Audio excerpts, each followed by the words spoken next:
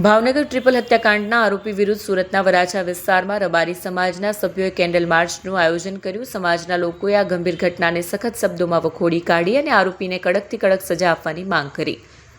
જણાવ્યું કે આવો વ્યક્તિ સમાજનો ક્યારેય હોતો નથી। 10 દિવસ સુધી આરોપીએ સમાજના લોકોને પણ ગેરમાર્ગે દોર્યા, જેથી સમાજ આવા વ્યક્તિને માફ નહીં કરે।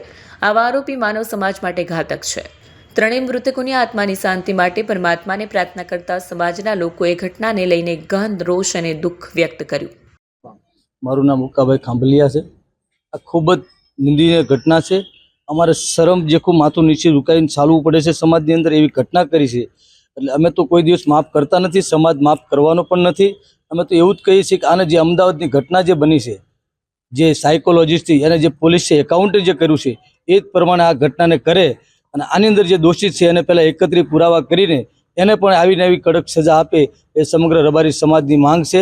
અને અમે પણ સમગ્ર સમાજની સાથે તાલ મિલાવીને કે આની અંદર કોઈ રહી ન જાય, કોઈ વ્યક્તિ બાકી ન રહી જાય એવી સૌની અમારી માંગણી છે।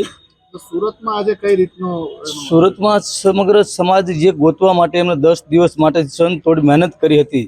સમાજ એક તાતણે થઈને કે ભાઈ અહીંયા છે 10 દિવસ સુધી સમાજને આખા ગુમરાહ કર્યા છે એટલે આને કોઈ દિવસ સમાજ માફ ન કરી શકે।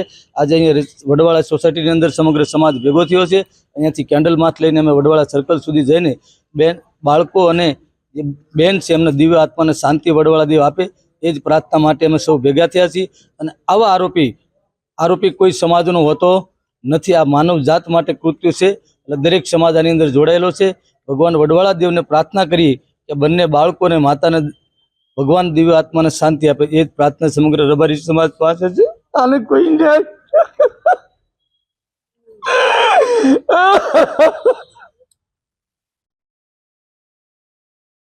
અમારી પાસે કોઈ વર્ણન નથી આનું કરવા માટે।